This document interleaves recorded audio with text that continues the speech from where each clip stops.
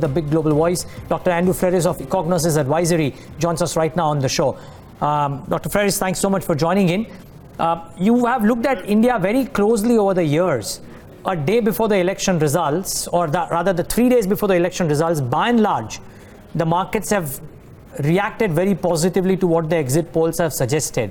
If indeed the outcome is similar, do you believe there are some more upsides to the Indian markets in light of what's happening around the world? Well, there are two things here. First, yes, you say the election results might have an upside for the market, but they come at the same time that practically all markets across Asia have been hit. Not all of them are down. Okay, practically all the markets year to date are up, some of them more than others. But for example, the Chinese and the Hong Kong market have been hit particularly hard because of the trade war, of the trade concerns. So now, if that was not there, my question is would the market in India would have gone higher? And I suspect not. And actually, I think once the results are out and the reality dawns that we have another Modi administration for another 4 or 5, whatever years, on the basis of, let's say, relatively poor overall performance and economic performance, which is basically okay, no more than that, I really don't think that the markets are going to have the same optimistic view. I'm afraid I'm not a Modi bull. I am not, and never have been.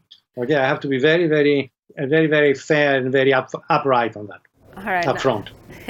Got that. But nonetheless, the excitement around the equity markets is a factor of that. But keeping elections outcome, on the sidelines, that's going to be just a temporary reason why the markets react. The long-term play for India as a story, and in terms of what foreign institutional investors feel in terms of growth opportunities coming in from India versus other countries that they can invest in at a cheaper rate compared to India.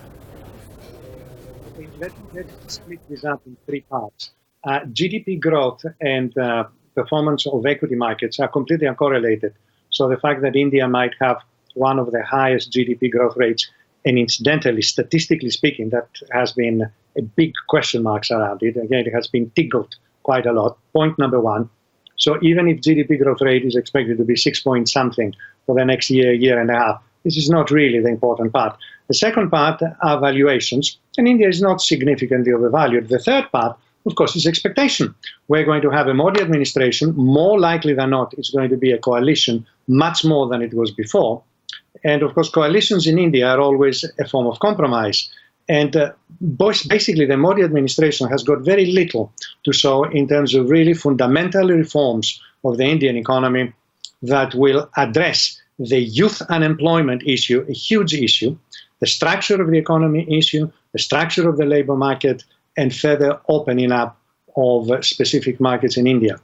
This has not been addressed, and I have no idea whether it will be addressed given now the constraints that a bigger, stronger coalition is going to impose. Remember, India is a democracy. I bow my head on that. Okay, the people decide, not foreign observers. But the reality is that there's going to be further constraints of how deep the reforms can be pursued, how deep reforms can be pursued. Hi, Dr. Freris. You would be, talking to the FI community who invests in India. One major concern, I'm sure both the domestic and the foreign institutions would have, stable government should come on board, and we'll get the result of that tomorrow. Besides that, in your interactions with the FI community, what other key, concerns they highlight before investing into market like India? Well, there are two things. Of course, the currency has been relatively weak, but so have been most of the Asian currencies. And now in India, we have a central bank which is completely under the thumb of the Modi administration. That never sits well with any foreign investors that I know of, particularly when they are looking at the foreign exchange rate. Okay, point number one. Point number two is during the electoral campaign, I looked high and low to find some specific promises of what the government is going to hold. A lot of it was indicating how strongly and powerfully they are protecting India's external concerns, particularly with Pakistan. But I didn't hear anything specifically about the deep structural issues that still plague the Indian economy.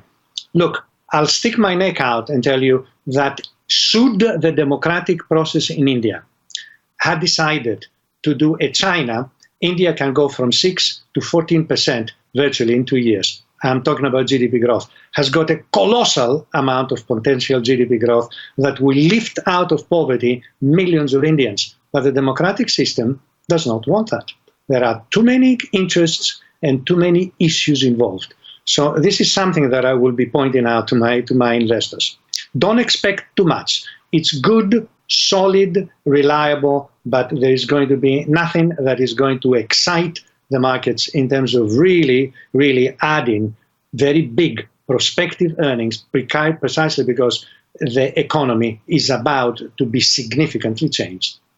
Right. Dr. Freris, really great to always hear from you. Thanks so very much for joining us this afternoon as well.